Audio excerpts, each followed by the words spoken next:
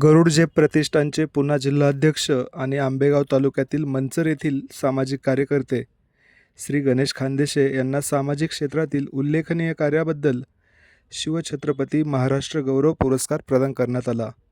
संजीवनी foundation Maharashtra राज्य यांच्या वतीने सिन्नर, जिल्हा नाशिक येथील अण्णाभाऊ साठे नाट्यमंदिर येथे हा सोहळा पार पडला.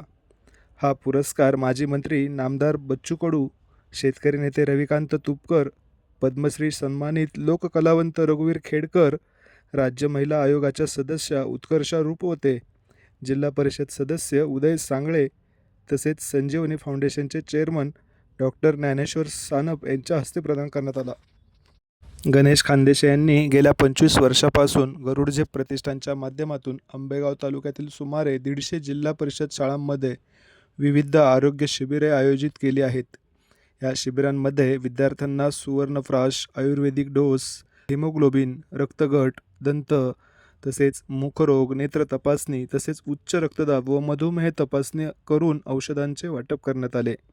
याशिवाय महिला सबलीकरण मेळावे, विद्यार्थ्यांना वह्या वाटप, गुणवंत विद्यार्थ्यांचा सत्कार, विविध स्पर्धांचे आयोजन, वृक्षारोपण, निराधारांना मदत आणि शेतीपूरक व्यवसाय प्रशिक्षण अशा अनेक उपक्रमांचे आयोजन करण्यात आले आहे.